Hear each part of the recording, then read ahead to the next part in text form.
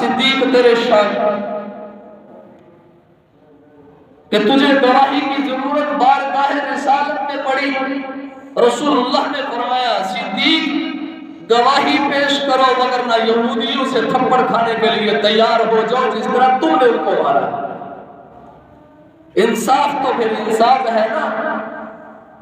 بارگاہ رسالت نے تو یہ بھی کہا تھا کہ میری بیٹی یہ تو پھر وہ فلاں قبیلے کی فاطمہ ہے، مجھ محمد کی بیٹی فاطمہ بھی اگر چوری کرتی تو میں اس کا بھی انصاف کے تقاضے پورے کرتے ہوئے ہاتھ کاٹ دیتا. اس لیے صدیق تمہیں میری بارگاہ میں اب گواہ پیش کرنا پڑے گا، گواہی لانی پڑے گی. تو عرض کیا کہ یا رسول اللہ میرے پاس تو گواہی کوئی بھی نہیں ہے، وہاں تو سارے کے سارے یہ یہودی تھے. تھپڑ مارا نا یہودی راہب کو، وہ اللہ کی شان میں گستاخی کر رہا تھا. وہ کہہ رہا تھا کہ دیکھو مسلمانوں کا رب جو ہے وہ فقیر ہے اور ہم غنی ہیں. یہ ایک یہودی نے کہا. صدیق اکبر رضی اللہ تعالی عنہ کا وہاں سے گزر ہوا. انتہائی نرم مزاج شخصیت، رقیق القلب کے مالک، انتہائی نرم مزاج، دل کے اندر بڑی محبت رکھنے والے، جلد کسی چیز کا اثر لینے والے، یا یوں کہہ لیں کہ جلد ترس کھانے والے. بہت جلد ترس کھاتے، بڑی محبت سے پیش آتے، بڑے پیار سے، کبھی سختی نہ کرتے، مزاج میں انتہائی نرمی.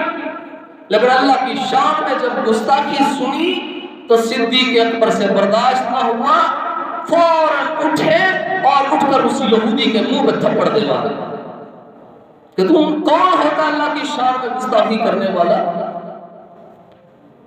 اب یہی معاملہ رسول اللہ کی بارگاہ میں آ گیا. رسول اللہ ابو بکر نے جو ہے وہ تھپڑ مارا ہے یہودی کو. فرمایا یا رسول اللہ اس نے گستاخی کی ہے. فرمایا گواہ پیش کرو. فرمایا وہاں تو سارے یہودی تھے، کوئی ایک بھی ایسا نہیں تھا جو میرے حق میں گواہی دے کہ مسلمان ہو تو گواہی دے.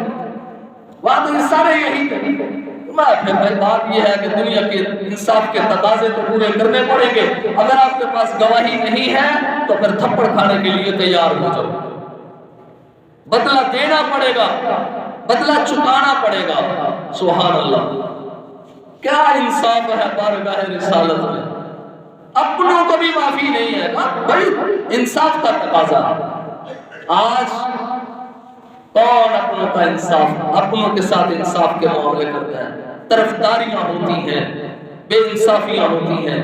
اور جناب بالکل بھی جو اصلی مظلوم ہوتا ہے، جو اصلی حقدار ہوتا ہے، اس کا حق کھا لیا جاتا ہے اور اصلی مظلوم کو ظالم بنا دیا جاتا ہے، یا اصلی مظلوم کو اور دبا دیا جاتا ہے. ہماری عدالتوں میں یہی ہے، برٹش لا کے اندر یہی کچھ ہے، برٹش لا میں بھی یہی کچھ ہے، اور لارڈ میکالے کی تعلیم میں بھی یہی کچھ ہے.